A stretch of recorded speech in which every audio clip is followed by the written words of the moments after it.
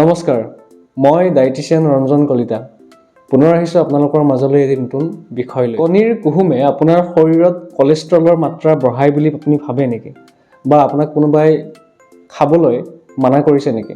আপুনি যেতিয়া blood test কৰে আৰু আপোনাৰ শৰীৰত কলেষ্ট্ৰলৰ মাত্ৰা বেছি পায়, নিশ্চয়কৈ আপুনি কণীৰ কুহুম খাবলৈ এৰি দিছে। দৰাচলতে কলেষ্ট্ৰল আমাৰ শৰীৰৰ বাবে যিমান অপকাৰী বুলি আমি ভাবোঁ, তাৰ বিপৰীতে ইয়াৰ উপকাৰিতাও বহুত আছে।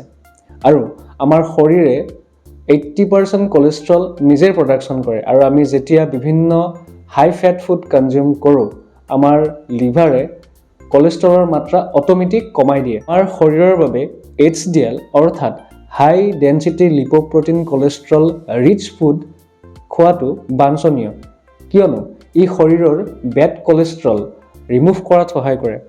তাৰ পৰিৱৰ্তে আমি LDL কলেষ্ট্ৰল থকা খাদ্যবস্তু কমাই খাব লাগে।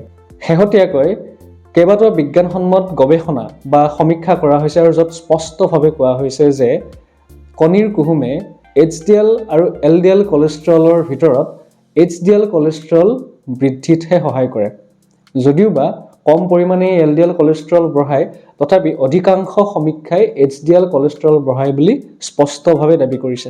আৰু এটা কণীৰ কুহুমত 180 মিলিগ্ৰাম কলেষ্ট্ৰলৰ লগতে ফেট চলিবল ভিটামিন যেনে D, E, K, A, iron, B12, folic acid ইত্যাদি বিভিন্ন ধৰণৰ পুষ্টি পোৱা যায়, যিবোৰ আমাৰ শৰীৰৰ বাবে অতিকৈ উপযোগী।